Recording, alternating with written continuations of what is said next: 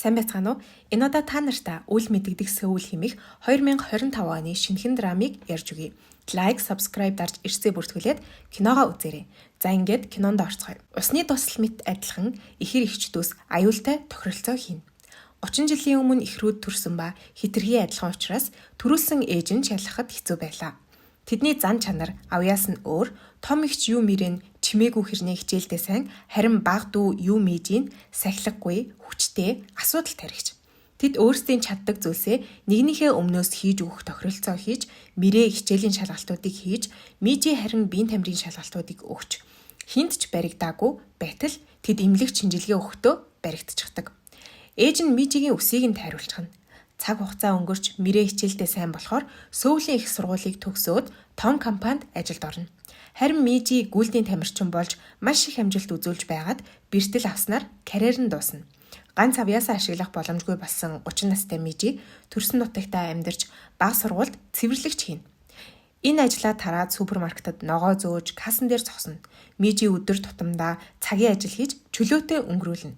Ээж нь Мижиг эгчийнхээ хаанч хүрэхгүй юунд ч сайн биш гэж үглээд хөршид жигнэмэг оруулаад өг гэдэг. Хөршийн эгч ихрүүттэй чацуу хуйлж нэг хүүтэй. Хөрш эгч хүүгээ мэрээтэй холбож ярих дуртай ба хүүн өнөөдөр ирнэ гэж Мижид хэлнэ. Мижи гяс гарч гүйж байгаад ий хоосуутай таарна. Ягаан зангаа зүүсэн байхаар нь Мижи гайхан асуудал чи энэ зангаан дуртай гэж ээж хэлсэн гэв. Хэд хоногийн өмнө ээж нь хүүгээ сохор болзоонд явуулна. Зангаа сонгоё гэхэд нь Мижи албаар хурц өнгөтэйг сонгосноо санав. Хоосуу гинэт мэрэгийн талаар асуухад нь Мижи дургуун хүрээд орчихно. Тэд анх уулзах үед хоосуу чимээгүй ганцаардмал хүү байсан ба гэр нь нүүж ирээд Мижигийн ангиж хилжиж ирээд хинтээж дуурдаггүй. Тухайн үед мэрээ хоосуу хоёрыг үерхдэг гэсэн цуу яриа гарч байсан ба хоёлоо онц сурдаг топ сурагчид болохоор бүгд төгс хослол гэдэг байсан. Гинэт ээж нь ирээд Мижиг мэрээтэй холбоо барьсан уу? Нэг залга гихтэн Мижи хоосуу ээж гэд бүгд л мэрээ санаа зовх юм гэж бохиндно. Нутгийн гүзээлзэгний фермийн эзэн Ханс ээжийн өдрийн 200 мянган воны цалинтай ажилтан аавна гэхээр нь Мижи анкета хоосон бөглөөд явуулна. Тосгоны ах Мижигийн тухай ийн ярина. 10 жилийн өмнө Харваад хэвтэрт орсон эмээгээ асрахын тулд оффист ажилдаггүй гэж хэлв. Мэрээ Сөүлд ажиллаж эмнэлгийнхэн төлбөрийг нь төлж Мижи эмээгээ асарч ярилцаж харж ханддаг. Мижи мэрээ рүү залгаад эмээ дээр нэг ирээрээ би энэ тааруу байгаа гэхэд мэрээ мөнгө хэрэг болсон юм уу гэхэд Мижи чи тийм лаг юм уу гэд бухимдахад мэрээ хүүтэн хөндийгөр чи сонгосон амьдралаараа л амьдарч байгаа гэв. Тэр оройн Мижи ээждээ мэрээг хуулахад ээж нь мэрэгийн талд орж эмээгийнхээ төлбөр гэртээ сар бүр мөнгө явуулдгийг нь хэлээд баахан хоол бэлдээд маргааш Сөүл рүү мэрээ даваачиж өг гэв. Мижи үгүй гэд уурлан гарахад хоосуу хаалган дээр нь жимс барин зогсно. Мижи ганцаараа гүгээд хаягдсан бөмбөг өшөглөж амьдралаа бодож байтал хоосуу ирээд ахиад мэрэгийн тухай асуун. Мижиг татхад санаандгүй гараараа чихрүүн цогчгоно. Ахлах сургуульд байхад хоосуугийн чихийг бөмбөөр зохих үед Мижи гараас нь атгаж байгаад хоосууг явахаар нь араас нь очиод өөрчлөлт гуйхад хоосуу зүгтэж байгаад унчгана. Хоосуугийн хөл сорвтой байхыг хараад Мижи гайхахад хоосуу хатуу үг хэлчгээд явна. Оройн Мижи мэрээгээс асуухад хоосуу багтаа машины осолд ороод нэг чихэн сонсголгүй нэг хөл нь хиймэл ястай гэдгийг хэлв. Энийг сонссон Мижи хоосуугаар тоглож буруу ойлгож муухай харьцандаа ичнэ.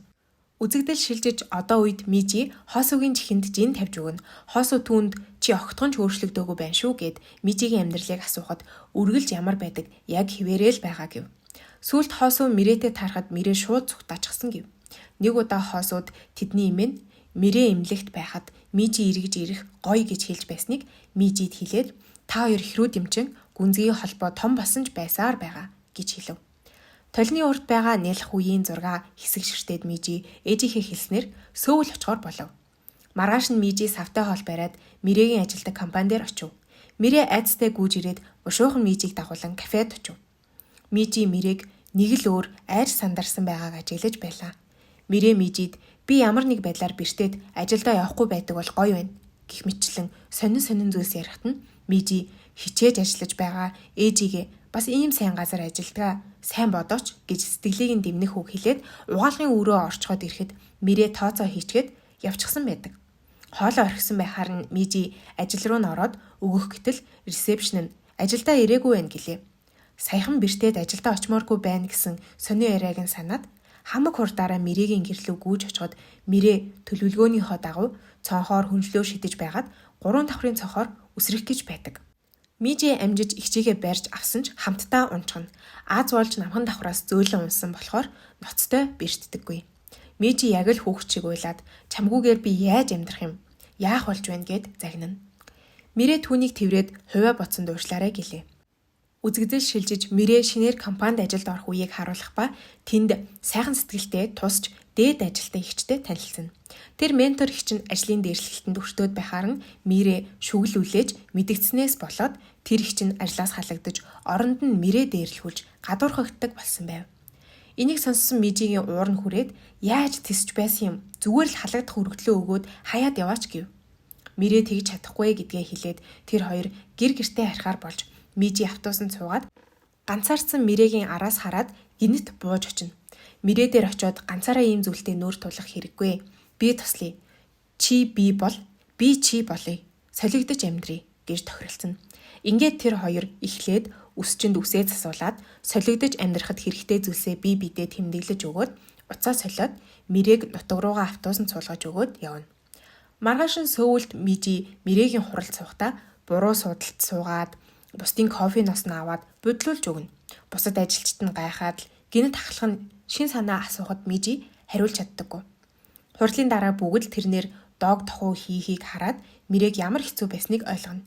Цаг нөхцөөх гээд компьютер дээр хоосон фолдеруудыг зөөгөөд цаасан шувуу нуглаад тарах цагтаа уралдаж тараад Мирэд ажил амархан байлаа гэв.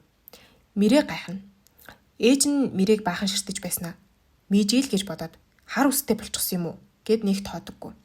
Мирэг үзэлцгээний ферм рүү явж ажиллахаар замаа харахад 3 км-ийн зайтай байхаар нь Мижигийн дугуйг унаж чадахгүй байж мурилцаад унаад явна. Мирэ фермийн эзэн Сэжинтэй уулзахад Сэжин органик үзэлцгээнд тарих хүсэлтэй байгаагаа хэлнэ. Мирэг уян хатан цагаар чөлөөтэй ажиллахыг зөвшөөрдөг. Мирэг ажиллаа хийх үед нь Сэжин туслахгүй комик уншиж, мод хаагалж, амтд төмс болж, гол дээр загсжилж цагийг өнгөрүүлээд Мирээд өдөрт 200 мянган вон өгдөг. Сөүлд Мижид дарга нь гадуур ажил хөөцөлтгийг санал болгохоор нь офис дээр байхаас залхаад зөвшөөрчгөн. Дахин төлөвлөлтөд ашиглах газрын зөвшөөрөл авахар нэг хоолны газарт очиход ганц хүнд үйлчлдэггүйгээд нэг ахтай хамт ортол ах энд арих зардаггүй зөвхөн амттай дахианы шүл зардаг гэв. Мижи амтрахын идээд өөрийгөө эзэн имээд танилцуулаад газраа зарах уу гэхэд эмгэн Мижиг чирч гаргаад давс цацаад загнаад хөөчгөв. Мижи бууж өгөлгүй төрөл бүрийн арга ашиглан өдөр болгон очиж уулзахыг оролдож хөөгдөж гарсаар л эцэстээ яагаад ийм ажлыг хийн хичвэ гэж өөртөө гутрна. Харин Мирэ ферм дээр шаргуу ажиллаж хамаг юмыг нь цэвэрлээд эмхлүүлээд гадаа байгаа эвдэрхий сандлыг хайчхна. Сэжин ирээд сандлыг нь хайсныг мэдээд Мирэ дурлаж яагаад даалгаагүй ажил хийгээд байгаа гэж загнана. Мирэг инч дургу үрээд маргалдаад явчихна. Сөүлд Мижи гудамд хоосуудад таарлахад хоосоо Мирэ гэж бодоод шүгэл үлээсэн асуудал чинь юу болсон гэж асуухад амралтын өдрөөр уулзъя. Битгий зүгтахаарай гэв. Мижигийн санаан зовоод Мирэ рүү залгаад ахлах сургуульд байхад бид хоёрыг шууд ялгаж чаддаг байсан штэ. Баригчгал яана гэхэд Мирэ битгий уулз гэж захив. Мижи Мирэгээс нууцаар хоосуутай уулзгаар болно. Их шуугантай пабад уулзгаар тохироод Мижи гинэд хоосууд хэцүү байгааг мэдээд хан гол руу явна. Анхудаа хан голд очисон Мижи бичлэгээ хийж хөөрж байгаад бантаад хоосууд бэлэн гомон чанж өгнө. Яг л ахлах сургуультай ярьдаг байсан шигэ. Хоосуу Мижигээс чиний шүгэл үлээсэн асуудал чи арай надаас болсон уу? Би өмгөөлөгч нь байсан болохоор санаа зовоод өргөлөө буцаасан уу? Би чамд туслана гэхэд Мижи ахлах сургуулийн үе бодно. Хоосоо түүнтэй хамт байхын тулд хийх юмгүйч номын санд суудаг байснаа бодно. Хөдөө Мирэ дээр дэлгүүрийн найз нь ирээд зөөлөн сэтгэлд Мижи гэж дуудаад бүгд л чамайг цоглог гэж боддогч дотроо гунигтай ганцаардмал охин штэ гэв. Мирэ Мижитэй ярихад бүх зүйл хэвэн байгаа гэж хэлнэ. Мижи ажлаа хурдан дуусахгүй байна гэж загнуулаад ахиад л нөгөө эмээ дээр очтол давс цацах гэхээр нь адилхан л ажиллаа хийж яваа хүмүүс штэ. Яагаад ингэж хатуу андаад байгаа гэж хэлчихэд давс цацуулна. Хэлэх үгээ хэлээд авсан болохоор сэтгэл нь онгойлоо. Хоосуутай уулзахаар болоод уулзахад нөгөө эмээ залгаад маргааш уулзъя гэдэг.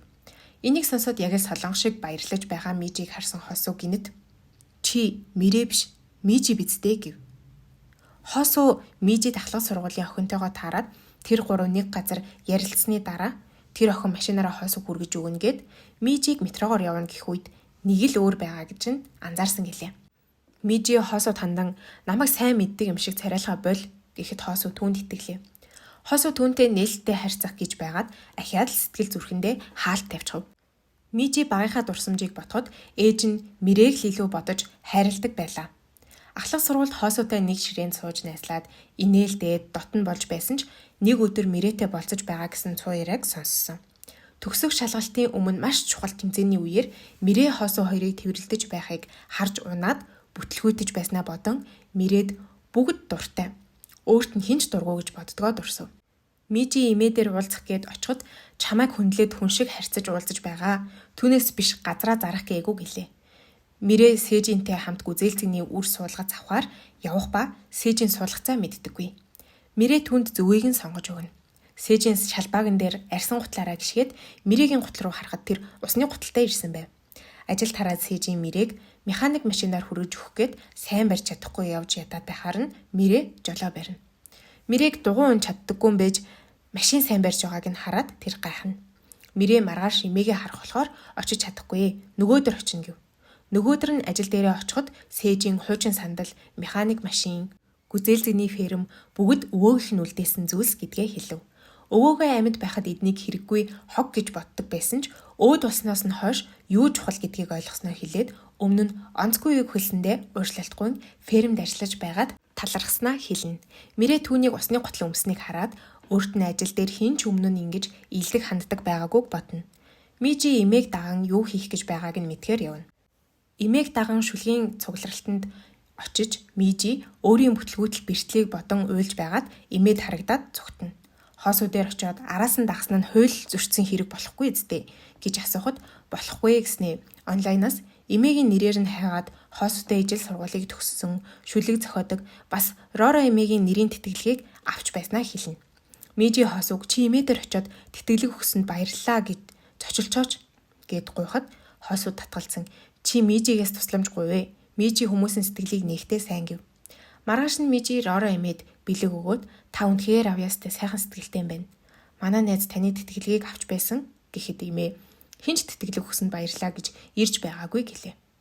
Эмээ утсаар цэвэрлэх компани ирж чадахгүй гэдгийг сонсоод бухимдахыг нь Мижи сонсоод шатыг нь угаана. Энийг харсан эмээ уурлаж хилээгүй зүйл хийхээ бол ахиж битгий ирээрээ гэж хэлв. Энэ үед Мижи хөлөө эмчэд үзүүлээд ахиж гүйх боломжгүй болж байсан үеэ бодон ганцаараа гуниглээ явна. Хосоо түн рүү залгаж уулзъя гэхээр нь Мижи очтол ангийнх нь өөртөө найзалдаг байжгаад нийлхэ болсон найз найдаг. Уулзалт дуусгаад найз нь зөвхөн Хосууг машинаараа хүргэж өгнө гэхэд Мижи Хосуутай хамт нэг чиглэлд явна гэхэд Хосуу тэр хоёрыг хамт явуулчихдаг. Дараа нь Мижиг эх 7 хоногт Рора эмээтэй уулзалт тоол гэж тушаав. Мижи байдалд орсон ч эмээ дээр очиод уулзалт тоол гэснийг хэлэхэд уулзахыг зөвшөөрнө. Мижи яагаад зөвшөөрснгийг нь гайхна. Оройн эмээгийн хоолны газар Хосуу ирээд ороход Хосуу эмээд тэтгэлэг өгсөн талархал илэрхийлж бэлэг өгснөө хэлнэ. Мижиг Мирэ гэж бодож байгаа болохоор туслаж эрх чөлөөтэй болгомоор байгаагаа хэлнэ. Шүн дүнд Хосуугийн нүдэнд Мирэгийн инээж байгаа дүрх харагдаад бүр гайхна. Тэр өмнө нь Мижид сайн байсан ба үргэлж хүлээж хамт явдаг байсан. Мижи эмээтэй уулзаад Хосууд дахианы шүлгийг нь аваачж өгнө гэж хэлээд Хосуугийн гэрт ирнэ. Хосуу ажлаас гарах өргөдлөө өгөөд ажилгүй болчихсон. Шинэ ажил хайж байгаа. Надад ямар ч хобби байдгүй юм байна гэхэд Мижи түүнийг дагуулад дэлгүүрт очиод аяг таваг угаагч нэгтэг утас зүү авч өгөөд энэ маш сайн бясалгал болно гэж хэлв. Мижиг Мирэ гэж бодоод яагаад ийм өөр байгаа юм бол гэж Хосуу гайхсаар л. Маргааш нь Рора эмээ Хосуутай тааралдаад сайн дурын хуулийн зөвлөх хийхээр болно.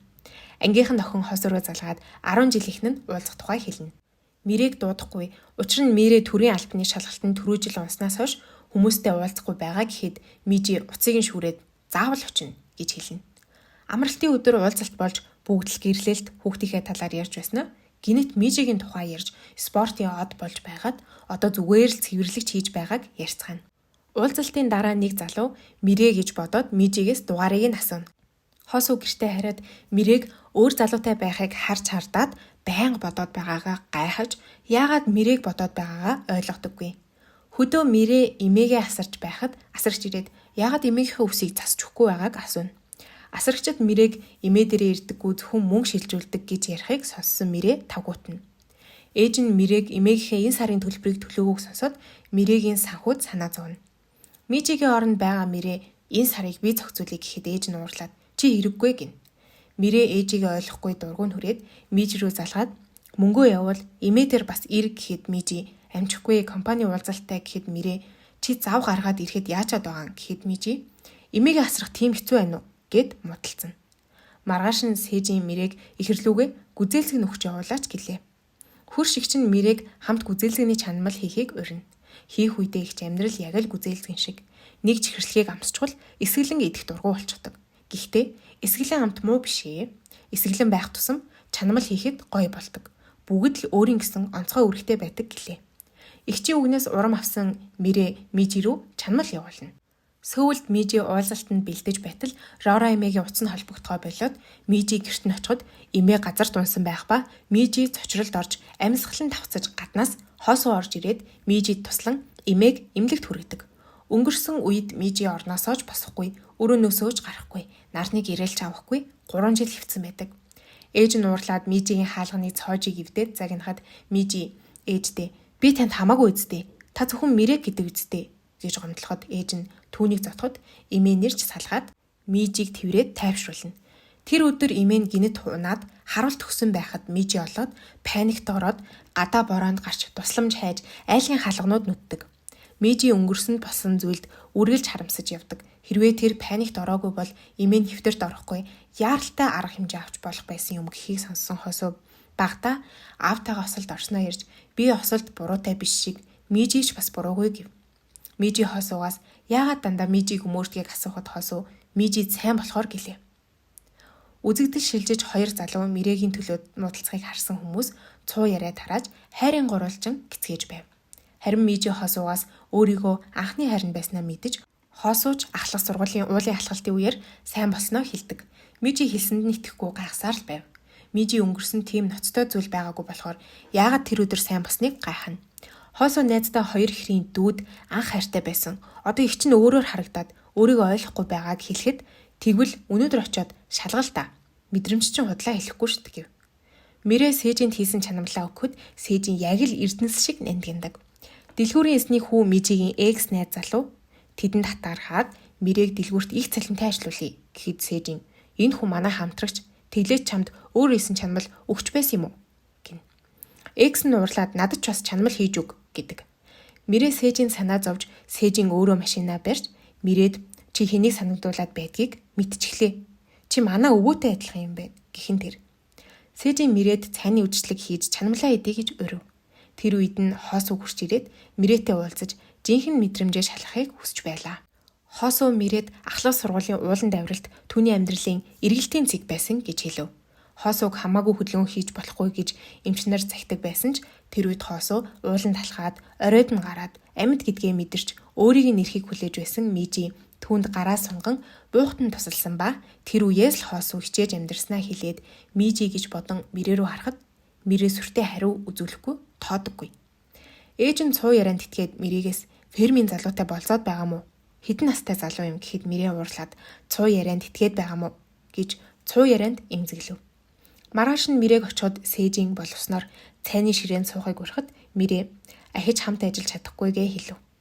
Мирэ тосгоныхны өөрийнх нь талаар ховж ив ярихыг хүсэхгүй байлаа. Харин Мижиг дарга нь хурдан төслийн тайлан бичээх гэхэд онлайнаас хайсан ч ямар ч бичиж өгөх хүн олддоггүй. Маргааш нь ажилдаа очтол ширээн дээр нь хэн нэгэн төслийн тайлан бичээд орхисон байдаг. Мижид нууцаар тусалсан хүн нь ажил чинээр орсон нэг залуу байдаг. Хоолны цагаар Мижи түүнээс яагаад туслаж байгааг нь асуухад өмнө нь та нэг удаа тусалсан болохоор гэв.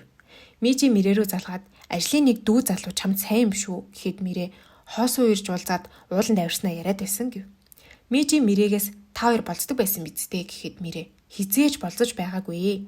Чиний тэмцээнээр миний бие өвдөөд ухаан алдаж унах шахад хоосуу намайг барьж авсан.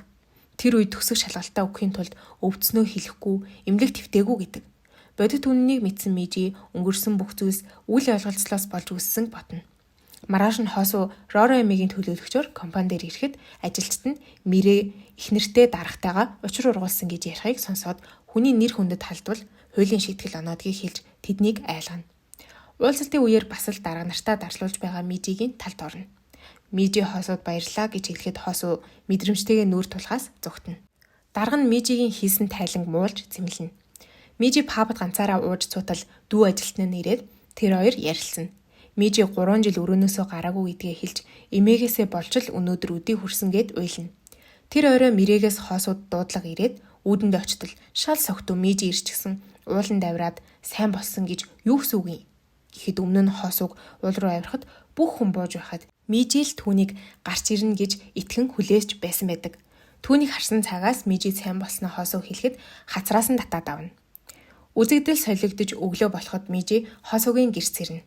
Өчигдөр Мижи одоо хэн сайн юм гэж асууж байгаад тасарчихсан байдаг. Хосууг ангийнхан охиндуудад хамт зураг авалт хийж ярилцаад ахиад хоолнд орохоор болдог.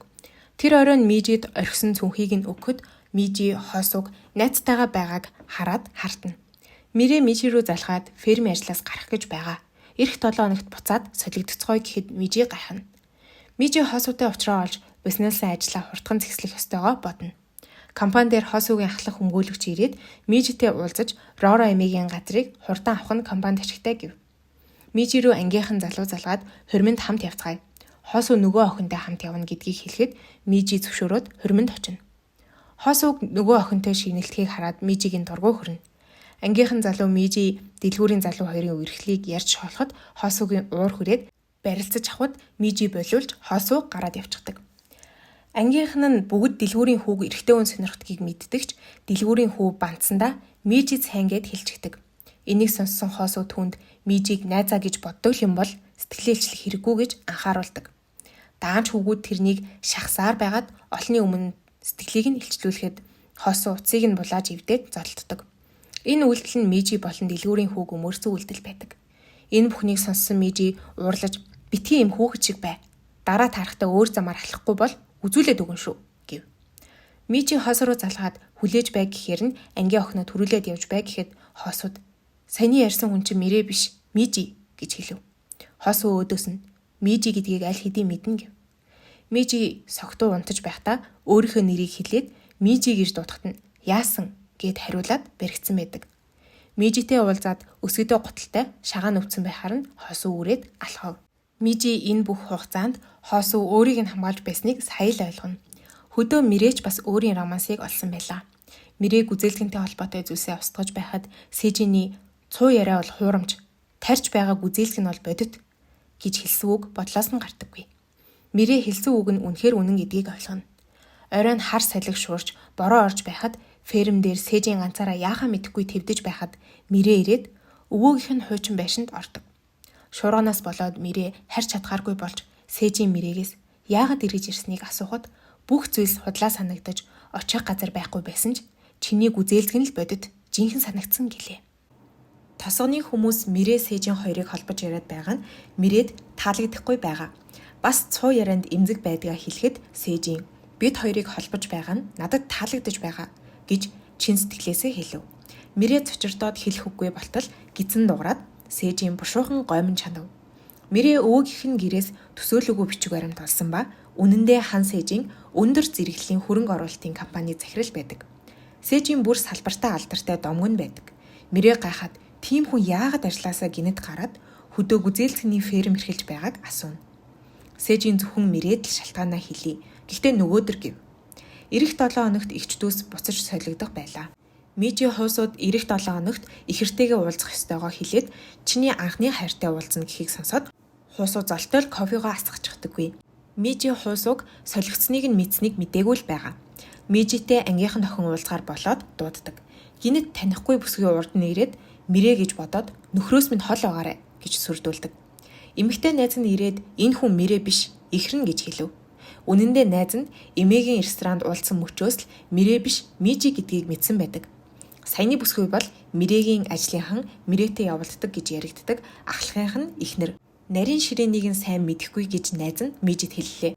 Мижи тэр цуу яриаг харж болох линк руу дарах гэснээ орж зүрхэлдэггүй. Хуусуу хөдөө гэртээ очиод Мирэтэй уулзаж Мирэ гэдгийг чи мэднэ. Компани асуудал чинь тусламар байна. Бүх асуудлаа үннээр нь хэлчих гэдэг. Гинэт ээжээс нь дуудлага ирээд эмнэлэгт очтол хоёр ээж нь муудалцаад хоорондоо зодтолчихсон байдаг. Мирэ Мижиг дуудчихсан болохоор ирсэн байхаар нь хуусуу сандраад Мирээд Мижиг гэдгийг нь мэдснийг битгий хэлээрэй гэв. Гадаа алхаж байхад нь Сэжин ирээд хөөх ихэртэйгээ үнэхээр адилхан юм аа. Ингэж таардаг нь хувь тавилан байхаа. Хамт хоолнд орцгоё гэлээ. Сэжин ихрээс нь Мирээ Сөүлд эдийн засгийн чиглэлээр ажилладаг гэж сонссон гэд ихэм ярилцсан. Хоолны дараа Мирээ ихэртэй маргааш шууд буцаад солигдъё гэхэд Мижи зочоод хусуу анзаарчвал яана гэхэд Мирээ хусуу аль хэдийн солигдсныг мэдчихсэн гэдэг. Тэр үед нь хусуу гарч ирээд гэрт нь хүргэж өгнө. Гэртээ ирээд Мижи хусуугаас ичээд нуугдах газараа олж ядна. Маргааш нь хусуу Мирээд Мижид мэдснийг хэлээгүйд баярлалаа гэхэд хүүтнэр аль хэдийн хэлцэн гэв. Мижи гарч ирээд хуусууг харж бантаад тэр хоёр харилцахад нэг л эвгүй нөхцөлд орчихно. Ээж нар нь нэг өрөөнд твтэж байгаа болохоор ахиад таарлцсан ч нэгнээсээ болтно. Маргааш нь Сэжин Мирээг явах гээд салах ёс хийгээд байгааг мэдрээд хамт хоол идэе Мирээ гэд жинхэнэ нэрээр нь дуудаад ихрүүдийг солигдсон байсныг анзаарчихсан байв. Сэжин Мирээд яагаад том компаниас гарснаа ярина. Сэжинийг чухал хуралтай байхад өвөөгөөс нь дуудлага ирсэн ч тэр аваагүй ба өвөөгийнхэн сүүлчийн дуудлага байсан байдаг. Өвөөгөө өнгөрсний дараа бүх зүйл нь нуран унах мэдрэмж төрж өвөөгийнхөө фермийг эрхлэхээр болсон байлаа. Түүний тухай олон сургал компаниудаар гарсан ч Сэжин тэр чухал биш байсан гэдгийг сонссон Мирээ инээмсэглэн халагдах өргөдлөө бичиж бэлдээд Мижид сэтгэлээ удлан ярина. Өмнө нь компаниасаа гармаар байвч өөр сайн ажилд орж чадахгүй гэх айдсаасаа болоод гардаггүй байснаа хэлнэ. Мижи дэлгүүрийн найзтайгаа хусуугийн талаар ярилцсан. Мижиг карьерын сүрсний дараа анхны хайр нь ихэртэй нь үерхдэг гэдэг буруу ойлголтоос болоод хусууг Сөүл явахаас өмнө уулзаад хатуу үг хэлээд явуулсан байдаг. Мижи Мирээ биш гэдгээ хэлээд яаж хусуутай харьцаа мэддэггүй. Дэлгүүрийн найз нь хусуу дээр очиод сайн юм бол сэтгэлээ яагаад илчилдэггүй юм гэхэд хосуу нөхцөл нь таардаггүй байсан гэхээр нь таарах нөхцөлийг хүлээгээд байвал хизээж төгс цаг гэж байхгүй. Хүлээхгүй сэтгэлээ илчил гэж хэлв. Тэр оройн хусуу Мижи дээр очиод гарнаас нь бариад төгс цаг гэж байхгүй мэн. Би чамд сайн юу Мижи гэж жинхэнэ нэрээр нь дутахад Мижи баярлана. Мижи Сөүл рүү буцаар болоод хусуу буудлын руу хүргэнэ. Мижи дотроо одоо бит хоёр үерхсэн гэсэн үг юм болов уу яасан гэсэн үг юм бол гэж гайхна. Мижи явах болоод яаж баяртай гэхээ мэдэхгүй нэг л ив хавгүй тэрвэрлдэг гэснээ гар барилцаад салцгаана. Ээж нь имлгээс гараад хусуу Сөүлд очоод Мижи түүнийг тосоод хамтдаа болцох гээд хаачгаа мэдэхгүй байсан чинь хусуу манайх руу явъя гэдэг. Гэрт нь очоод хусууг зөндөө ачаатай байгааг хараад Мижи гайхахад хусуу ээжигээ 50 амьдруулмаар байна гэв.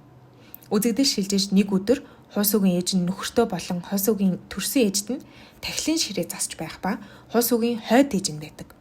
Хусуугийн аав нь ослоор өнгөрсний дараа гэрийнхнээсээ холбоогоо тасалж хусууг ганцаараа өсгөхөөр шийдсэн байдаг. Хусуу ээждээ муухай үгс хэлж битгий худлаа хичээ та явж болно гэжигдэг. Ээж нь гараад тэр оройн гэртээ буцаж ирдэггүй. Хусуугийн ээж Мижи рүү залгаад буруу автобусанд суугаад сүүлийн автобуснаас хоцроод өнөөдөр очиж чадахгүй болчихлоо гэдэг. Мижи ээжийнх нь хэлснийг дамжуулахад өөрийгөө хаягдсан гэж бодож байсан хусуу асгарчлаа уйлдаг. Одоо үед хусуу энэ түүхийг сонсоод миний амьдралыг хэцүү үед чи дандаа хажууд минь байсан байх юм гэхэд Мижи тэгвэл явчих уу гэд маяглахад хусуу гарыг нь хатгахад утсан дуграад уур амьсгал өөрчлөгдөнө. Тэр хоёр сургууль байхдаа аялахаар тохирсноороо Сөүлийн аялал хийж дэлгүүр хийсч хоол идэнэ. Тэдний хадгалсан боршуур нь 10 жилийн өмнөх болохоор зарим газар байха болсон байлаа. Хусуугийн хуучин ажлын хүмүүс таарлахад Мижиг найз охиноо гэж танилцуулна. Мижи өөрийнхөө ажлыг Мирээгийн компани гэд худлаа хэлчихдэг. Хусуугийн уур нь хүрээд яагаад худлаа хэлж байгаа гэхэд Мижи хүмүүсийн өмнө нүрийг чи улаалахгүй гэд ажилгүй гэж хэлж чадаагүй гэв. Хусууд Мижигийн мэрэгжилгүй, ажилгүй байх нь хамаагүй байлаа. Маргааш нь Мирээгийн явуулсан гэд байгаа пак ахлах ажилдаа иргэн ирдэг. Мижи харамгацаа шоконд оров. Учир нь тэр хүн тэдний аавтай усны тусал шиг адилхан байдаг. Мижигийн нулимс урсан Мирээгийн өмнө нь асуусан асуултыг санав. Хэрвээ аавтай яг адилхан хүн харвал яах вэ гэхэд нь Мижи илүү ойр байхыг хичээх байх гэж хэлж байснаа санана. Энэ үед л Мижи Мирээг яагаад тийм ховон тутгалцсныг ойлгодог. Пак ахлах ирээд Мижитэй хариуцсан төслийнхэн талаар ярилцаж бид хоёрын нэг нь энэ төслөөс гарч байж хил ам байхгүй болох байх гэхэд Мижи яг л аавыгаа харж буй мэт санагдан төслөөс би гарыг гэдэг. Пак ахлах Мижид бэлэг өгөөд манай охин Мирээ сонгосон юм гэв. Пакийн охиныг бас Мирээ гэдэг байв. Мижи аавыгаа талаар бодсоор л ажлын тарахад хуусуу гадаа нь хүлээж байв. Мижи эхлээд худлаа ярьсандаа өөрчлөлт гуйгаад Хамт гадуур явхад чи өрөөсөө баярлахгүй байсан болохоор таалагдахгүй байна гэж бодсон. Гэхэд Хосуу болцоо үнэхээр гоё байсан. Даанч би өвдөд олигтой юм ярьж чадаагүй сул дорой биеэсээ болоод урмыг чинь хуулахгүй тулд хилээгүй гэв. Мижи Хосууг тэрхэд Хосууч эргэж хараад тэрвэрлдээд эвлэрэв. Мирээ фермийн гадаа хэрэгтэй материал нууцаар үлдээгээд явах гэтэл Сэжин ирээд хамт ууланд од харъя гэд уул руу явна. Үнэхээр Сэжиний хэлснээр одод үзэсгэлэнтэй харагдаж байлаа. Тэд бид хөдөө байгаа болохоор л учирсан.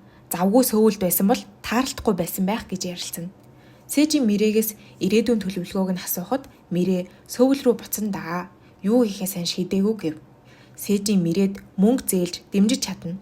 Хүсвэл энд надтай гүзээлцэг нь урахыг харж болно гэлээ. Хэдэн өдрийн дараа Мирээ Сэжин дээр ирэхэд Мирээд өгөх гээд эдийн засгийн номнууд бэлдсэн байлаа. Тосгоны ах ирээд Сэжинийг Америк руу ажиллаар явах гэж байгаа. Фермийг ажилуулах хүнийг хайж байгаа гэв. Өмнөх өдөр ярилцсан яриагаа бодоод Мирээ бүр гацалтанд орно. Сөүлд хоёр дарагтайгаа пак ахлах хоол идээд Мирээг төслөөс гаргах тухай ярилцаад тэд Мирээг сүүлийн үед сонио ажиллаад байгааг ярихад пак ахлах ихэр штэ. Ариу солигдсон юм болов шалгая гэцгэн. Мижиг шалгахаар хурууны хээ уншуулдаг хаалган дээр дагуулж очоод хуруугаа уншуул гэдэг. Мижи хуруугаа уншуулвал баригдах байх таа гэж бодоод хөшиж орхино. Хоёр дарга нь Мирээг биш гэж хичиглээд харж зогсоход тэр хуруугаа уншуулад онгойлоход хоёр дарга нь гайхширна. Өмнөх өдөр нь дүү ажилтан Мижи дээр очоод яг үнэндээ халагдсан ихчтэй туслах гээд баримт цуглуулж байгаагаа хэлээд Мижигээс тусламж гуйж байхад жинхэнэ Мирээ хүрээд ирдэг. Мирээд саяын залуу халагдсан нөгөө ихчийнх нь дүү байсныг хэлнэ. Мирээ уурлаад битгий жинхнээсээ миний амьдралыг өөрчлөх гээд бай. Одоо солигдъя гэд уцаа солилцсон. Тэр шөнө Мижи Хосуугийн очоод буцах бэлтгэлээ хийхээ ярилцаад Хосуу түүнийг үлдээсэй гэж хүснэ. Мижи амьдрах газар байхгүй штэ. Гэхэд манад амьдрч болно штт гэд Мижи бандсандаа зөвшөөрөв. Уснаас гарч ирээд үсэн нойтон байхаар нь Хосуу ойртоод Мижиг үнснэ. Мижи гинэт одоо яах ёстой вэ гэхэд Хосуу хацрыг нь бариад чи юу бодоод байгаа гэхэд Мижи бантна. Хосуу сорвноосоо ичээд хүний хажууд цамцгүй байж чаддгүйгээ ярина. Тэд бие биенээсээ юу ч нуухгүй байхаар тохирно. Маргааш нь Хосуу шинэ хуулийн фермд ярилцлага өгөхөр болж Мижи амжилт хүснэ. Мижи эмээ дээр очиж ихэртэйгээ солигдсон байсан бүх үннээ хэлгээр болно. Өмнө нь эмээ өөрийн өвчтөе хүүгийн асрагч хийхийг Мижигээс гуйсан байлаа. Мижи эмээ дээр очиход эмээ ууртай байдаг. Учир нь нууц хүүгийнх нь тухай нөгөө хуйлж даргын зарлангаас болсон байдаг. Эмээ Мижиг хүмүүст хэлсэн гэж бодоод Мижигийн бэлгийг нь шидэж хаглаад хөөж явуулдаг. Хуусуутай уулзахад бараг л ажилд орсноо хэлэхээр нь гэртээ очиж тэмдэглэе гэлээ. Шөнө нь Мижи залгуулсан үсээ салгаад хуусууд би буцсан дээр бололтой. Намайг Мирээ байхад л эмээ хүлээс зөвшөөрдөг байсан байна. Одоо надад сөүлд үлдэх шалтгаан алга гэхэд Хуусуу түүнийг тэрвэв. Маргааш нь Мижи гэртээ очиход ээж нь царай руу харж байснаа хоёр охиндоо хуурцнаа ойлгоод яагаад буцаад ирсэн гэхэд танд бас эмээд санаа зовоод хин та хоёрыг харж хандахын гэд уралдаг. Ээж нь уйлаад миний охид над шиг битгий амьдраасаа гэж би хүсдэг. Өөрийнхөө амьдр гэхэд Мижи ээжигээ тэрнэ. Сөүлд Мирээ ажил дээрээ пак ахлахтай таарна. Пак л Мирээтэй сайхан харьцаж кофе өгч ажилд нь тусалдаг байсан. Мирээ яг л аав шигээ төсөөлж байхад нэг оройн хоолны дараа согтуу Пак Мирээгээр машинаа бариулчаад үнсэх гэж оролдоно. Мирээ айгаад машинаас буухад Пак уучлалт гуйж сөгтөхөд Мирээ болоогүй гэж бодъё гэдэг. Гэвч ажлаар Мирээ Пакийг урагтсан гэсэн цуурхал тарсан байдаг. Пакийн эхнэр цуурхалд итгээд Мирээг алгадаж энэ явдал том асуудал үүсгэж Мирээ бэлгийн хүчрхийл гэдгийг хэлсэн ч Хуусуу өмгөөлөгчөөр ирэхээр нь ичээд болцсон байдаг. Дүү ажилтан нь ихчийнхээ нэрийг цэвэрлэж шудраг осны төлөө тэмцээлтэйгээд өрөөндөө 6 сар өргөө төгссөн ихчтэйгээ Мирээг уулзуулна. Мирээ хаалганы цаанаас өнгөрснийг тавьж явуул гэхэд их чинь Мирээгээс өөрчлөлт гуйгаад чамайг ганцаарангчин орхиод амиа бодож ажилласаа гарсанд уушлаарай гэдэг. Оройн Пак Мирээ дээр ирээд асуудал намжтал өөр салбар руу шилжчих гэж гуйлаа. Мирээ яриаг нь нууцаар бичиж байтал Пак мэдээд утсыг нь булаацалтна. Гинэт Мижи ирж таарад сүнхээ шидээд Пакийг нүдэж өгнө. Хуусуу ихрүүдийн өмгөөлөгчийн дүрээр ирэхэд Пак хохирогч шиг царайлаад байхаар нь Мирээ энэ удаа зүгээр өнгөрүүлэхгүй бэлгийн хүчрхийллийг мэдэгдэн гэв. Зарим ажилчид ямар нэг юм буруу байгааг анзаарч эхэлнэ. Нэг орой Мирээ гудмаар халгаж байгаад хан Сэжинийг үнэтэй спорт машинтай байхыг нь харна. Сэжи Мирээг олох гэж сөүлийн талыг дуустал хайсан. Мижигээс асуухгүйгээр өөрөө таарлах нь романтик гэж бодсон гэд маргаашийг бүтэн надад гаргачих гэв. Маргааш нь Сэжийн Мирээг дагуулад найзуудынхаа ажиллаулдаг дэлгүүр, ресторануудаар яваад Мирээг хамтрагч нь гэж танилцуулна. Бүх найзууд нь ажлаасаа гараад өөрсдийн бизнесээ яаж эхлүүлснийг нь ярьж өгөөд бүх хүн л доороос эхэлдэг. Анхнаасаа лаг байдаггүй гэв. Сэжийн Америк руу явж ажиллах хэсгээ бүрэн шийдээгүй байгаа. Чиний шийдвэрийг эхлээд сонсомоор байсан юм. Бас ахаад нэг ажлын санал байна. Миний ажлын хамтрагчаар хамт Америк руу явах уу гэж асууна. Мижи хуусууд цагдаагийн газар ирж тусалсанд баярлаа гэхэд хуус уурлаад шууд тийм хүнтэй айдсгүйгээр нүүр тулж болохгүй штэ гэж зэмлэнэ. Мижи ээжтэйгээ ойлголцоод сөүлд ирснээ хэлэн хэсэг сөүлд байна. Гэхдээ ямар ажил хийхээ мэдэхгүй байна гэхэд хуусуу сөүлд зөндөө ажил байгаа. Өөрийн хийхийг хүсснийг олох байх гэв. Хуусуу утсаа үзтэл Росо эмээгийн тухай мэдээ байх ба найзынхаа нэр, шүлэг бүх зүйлийг хулгайлсан гэж яригдаж байдаг. Мижи хуусуу хоёр эмээдээр очиход онгойлгодоггүй. Мижи хогийн савнд нь байсан зарланг хараад хуусууд харуулхад хуусуугийн ахлах өмгөөлөгчийн хийж байгаа ажил байдаг. Тэд эмээг найзынхаа хувийн мэдээллийг хулгайлсан хэрэгээр газрыг нь булаахаар шийдсэн байлаа. Эмээгийн хүүгийн имлэгээс залгаад мэдээнээс болоод ахиж төлбөр урьдчилж авахгүй гэв. Үнэн дээр эмээгийн найзынх нь хүү байдаг. Мижи ирээд эмээгээс яагаад өмнөх шигээ зан гарахгүй хүмүүс дээрлэхүүлээд байгаа гэхэд эмээ Мижигийн чин сэтгэлд итгэнэ. Эмээ Мижи хоосоо хоёрт өөрийн үннээ ярина. Намайг Самвол гэдэг асрамжийн газар боловсралгүй надад Русаал тусалж ирсэн. Тэд сайн найзууд байсан ба Руса шүлэг зохиодог мэдлэгтэй охин байсан. Руса шүлгийн группээсээ нэг залуутай дурлалцаж хамт амьдрахаар болсон. Нэгэн удаа хүүхдээ үүрсэн, задуулсан Руса Самволтой таарад найзаагаа авч зүхтах гэж байгаад баригдаад нөхрийг нь хөнөөж шоронд суусан байдаг. Суллагтаад сөүлд очиж шинээр амьдрахаар шийдэж ресторан нээсэн. Самвол өмнө нь ял идэлж байсан болохоор бүх банк, байрны нэрээ Русагийн нэр дээр нээсэн байдаг. Руса хор тавдартай болоод үхэлтэй нүүр тулах үедээ Самволыг өөрийнх нь өмнөөс амьдр гэж нэрээ өгсөн байдаг. Эмээ Русагийн үлдээсэн бичгийг хоосууд өгөхөд Русагийн нэр дээрх бүх зүйл Самволих гэсэн гэрээслэл байдаг. Бүх зүйл сайнаар шийдэгдэхээр болж хуусуу бялуу авахаар яваад орж ирэхдээ утсан дуурахад юу ч сонсдоггүй. Мижигийн үгийг ч бас сонсдоггүй. Хуусуу сандраад хурдхан имлэгт очиж шалгуулахад гинтийн сонсгол алдалт байна. Имчлэгдэх хэсгийг хэлж мэдэхгүй гэв. Энэ муу мэдээг сонссон хуусуу зөвхөрч Мижигийн тухай бодно. Юу ч мэдээгүй байгаа Мижи хуусууд шарсан хавраг өгөхөөр ирэхэд хаалганы кодоо сольсон байдаг. Хуусуу хаалгаа тайлаад Мижиг оруулалгүй. Өнөөдөр үнэхээр ядраад байна. Маргааш уулзъя гэд хаалгаа хаачихдаг. Мижигийн уур хурч бүх хавиргыг ганцаараа идэндээ гэд явна. Хаалганы цаана өвдөлтөндөө шаналсан хуусуу байгааг харамсалтай нь хинч мэддэггүй. Хуусуу хариуцаж байгаа ажлуудаа хийж чадахгүй болчих магад гэд эхнээс нь зэгцэлдэг. Эхлээд ахлах өмгөөлөгч дээр очиод Мирэгийн хүчирхийллийн хэргийг хариуцаж өгөхийг гуйлаа. Хуусуу эмээ дээр очиод бүх хуулийн баримтуудыг өгөөд чихнийхээ асуудлыг хэлээд Мижид битгий илээрэй гэв. Эмээ хуусууд чихнээс ч болж Мижи чамайг орхих хүн бишээ гэхэд хуусуу наа ч л Мижигээс нууж байгаа гол шалтгаан. Надаас болоод арай гэж өөрийнхөө амьдрах гэж байхдаа зовоосоо гэж хүсэхгүй байна гэв. Оройн хуусуу Мижитэй уулзаад хоолнд орно. Мижи сөүлийн аяллаа төлөвлөгөөгөө ярьж хуусуу ойртон амны хайрцгийг нь унших гэж оролдоно. Хоолны дараа Мижи хуусууг сайнгүй байгааг анзаараад тасалбараа цуцлаад өнөөдөр амарх уу гэв. Энийг харсан хуусуу ахиад л өөрөөс нь болж хүснээ хийж чадахгүй байгааг нь мэдэрнэ. Хуусуу хоёлаас халцгаая. Хоёр өөр ертөнцтэй болохоор ойлголцож чадахгүй байна. Гэхэд Мижи хэлсэнд чинь итгэхгүй байна. Жинхэнэ шалтгаанаа хэл гэлээ. Хуусуу чихнийхээ асуудлыг хэлээд хэрвээ аз таарвал би дүлийл болох байх. Гэхэд Мижи ийм шалтгаанаар салж чадахгүй. Дохионы хэл сурна. Чадах бүхнийг хийн гэж амлав. Хуусуу түүнд ийм болохоор ч л чамайг зовоомооргүй байна. Ирээдүйд надаас болж хэцүү амьдраасаа гэж хүсэхгүй байна гэд яв.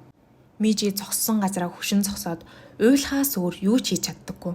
Хуусуугийн хэлсэн бүх үг өөрийнх нь хөлөө бэртээгээд бусдад хэлсэн үгстэй адилхан байсан болохоор хуусуугийн дотор ямар байгааг хамгийн сайн ойлгож байлаа. Хуусуу гэртээ ганцаар Мижигийн зурсан зургийг харан нулимсаа төвчлгүй уйлна. Мирээ дарга нартайгаа тэмцгээр Сэжинээс тусламж авч сэтгүүлчдтэй холбогдож бүх булхайг нь дэлгээд маргааш нь компаниас юмнуудаа аваад бүр мөсөн явна. Компанийнхаа гадаа зогсоод эргэж хараад ахиж юу ч өөрийг нь зовоож зогсоож чадахгүй боллоо гэж бодон амьсгал авна. Мэрээ ээж дээрээ очиод ажлаасаа гарснаа хэлэхэд ээж нь хүслийг чинь зогсоож чадахгүй гэд бууж өгнө. Мэрээ сээжинтэй уулзаад хариугаа одоо хэлье. Чамтай хамт Америк явах нь мөрөөдлийн итгэмээргүй зүйлч гэлээ. Би энд үлдээд фермийг чинь харж бай. Би ч бас танаа найзуучийг бэрцсэн ч унаж босоод хичээгээд үзье гэв. Хуусуугийн ээж имлгээс дуудлага аваад өвдснийг нь мэдээд цагдаа дуудаж хаалгыг нь нийлэгдэг. Ээж нь имлэг явцгаая. Яагаад надаас нууж байгаа гэж асуув. Хуусуу би танд үргэлж дараавалдаг.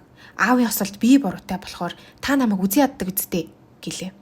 Ээж нь би чамайг бас бүхнийг үзий ядаж байсан. Гэхдээ ослын дараа чи ухаан ороод намайг анх удаа ээжээ гэж дуудахад чинь би маш их баярлсан. Миний амьдралын ганц гэрэл бол чи болсон. Тэр өдрөөс хойш чамд төрсөн хүүшгээ хандаж ирсэн. Чамайг ингээд ганцаараа гिचэн орхихгүй гэв. Энэ сэтгэлийн үгс нь Хуусуугийн айцыг арилгаж ээждээ тэрвүүлж асгартал уйлна. Ээж нь Хуусууг имлэгт аваачаад чи аавыгаа яаж ингэж дуурайдаг байна гэв. Хуусуу нэг удаа аав нь өөрт нь хизээж хайртай хүмүүсээ зовлон зүдгүүр рүү татахыг хүсдэггүй гэж хэлсэн гэхэд ээж нь үргэлжлүүлэн бас хайр дурлалд ялагдагч гэж байдаггүй. Жинхэнэ хайр гэдэг нь ялагдсан ч хамтдаа зогсохыг хэлнэ гэж хэлдэг байсан гэлээ. Мижи имэдээр очиод бичиг баримтыг нь уншиж туслахад И Хуусуугийн нэрийг хармагцаа уйлжхав. Имээ нь яагаад тэмцэхгүй байгаа гэхэд Мижи би өөрийнхөө өнгөрсөн сүдрээс ч гарч амжаагүй байж яаж бусдад туслах вэ? Би унтлагын өрөөний хаалгаач хаахаас айдаг хэвээрээ ахиад онгоолж чадахгүй байх вэ гэд гэлээ. Имээ түнд чи зүгээр л Хуусуугийн зүрх сэтгэлийн хаалгыг тогшоод хүлээ. Яг л надад тусалсан шигээ гэв. Имээгийн үгийг сонссон Мижи өрөөнийхөө хаалгыг зориглон хааж үзээд нээчгээд шууд л Хуусуу руу гарлаа. Гэтэл өөдөөс нь Хуусуу ирж таарад манай хоёр тас тэрвэрлдээд Хуусуу ууршлалт гуйгаад хамтдаа урагшлыг хэлээ.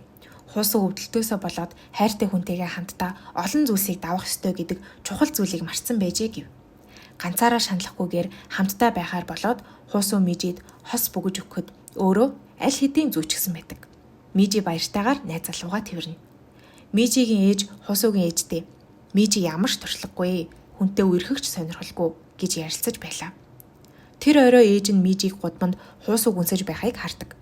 Хуусуу хичээн юмыг зөөлж туслах гэтэл татгалзаад хүйтэн өнгөөр яв гэж хэлв. Мижи ээжигээ Хуусууд дургүй байна гэж бодтол ээж нь харин ч Хуусуугийн эрүүл мэндэд санаа зовж охиндоо хандан чамаас их хүч төвчээр төлөвшил шаардна шүү гэлээ. Ээжтэйгээ хамт хятад хоолнд ороод ярилцаж байлаа. Ээж нь залуудаас сөвөлд урлагийн чиглэлээр сурахыг хүсдэг байсан ч амьдралын боломж гараагүй. Чи ээж шигээ ингэж харамсаж амьдрч болохгүй гэлээ. Ээжигээ буцах автобусанд суухаас өмнө чанга тэврээд ээжигээ өөрт нь хичнээн хайртайг ойлгодог.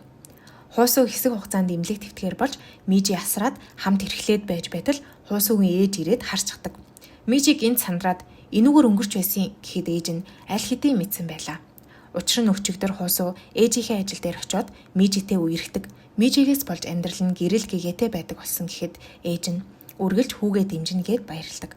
Хуусуугийн ээж Мижигийн гарыг хатгаад үүр тамд жаргалтай байдгийм шүү гэхэд Мижи бөөн баярлна. Мэрээ ханс ээжийн фермийг хариуцаж авч үлдэхээр болоод ээж нь санаа зовон жаахан өглөн. Мэрээ сөвөлд дүү ажилтнтай уулзахад мэрээг дээрлэгдэг байсан дарга ахлах нар нь халагдсан. Бүх асуудал нь шийдэгдсэн сонсдог. Хөдөө буцгаасаа өмнө ханс ээжийг гаргаж өгөхөөр нисгтээр очино. Сээжийн түүн рүү дандаа мэйл бичин шүү. Хариу бичээрэй. Фермийн тухай бас өөрийнхөө тухай гэв. Сээжийн баяртай гэж гар барих гэснээ тэрч болох уу гэд дулаах нар тэрврээд нэг л өдөр дахин уулзъя гэв. Тэр өдөр имэн зүрхний шигдээс болох гээд байна гэд муу мэдээ сонсов. Мижи төрүүлж очтол ээж нь имээг нь гэртээ аваач. Имээгийнхэн сүүлийн хүсэл гэлээ. Имээгээ гэрт нь авчираад Мижи хажууд нь байж харж хандан шүн хажууд нь унтдаг. Нэг өглөө имээ нь гинэт босч ирээд хамаг юмаа баглаад дэлхийгээр аялмаар байна гэхэд Мижи яагаад хаалгаар биш тагтаар гарах гээд байгаа гэхэд гинэт л имээгээ өөр ертөнц рүү явах гэж байгааг ухаарна. Мижи имээгээ битгий яваач гэж уйлахад имээ нь би үүл бас шувуу болж ирээд чамтай хамт байна гэж тайвшруулахад Мижи сайхан амьдрнаа гэж амлаад тэрвэрлдэв. Гинэт өглөө болж ээж нь Мижиг сэрээгээд имээ өнгөрчлөө гэж хэлхэн тэр. Эмээгээ өнгөрснөөс хойш эхрүүд эмээдээ амласнараа илүү хичээж амьдрахаар болж Мижи их сургуульд элсэх шалгалтанд бэлдэж эхлээд эхний шалгалтандаа унана. Мирэ фермээ ажиллуулж өдөр бүрийн тайлангаа Сэжин лөө яваасаар байдаг.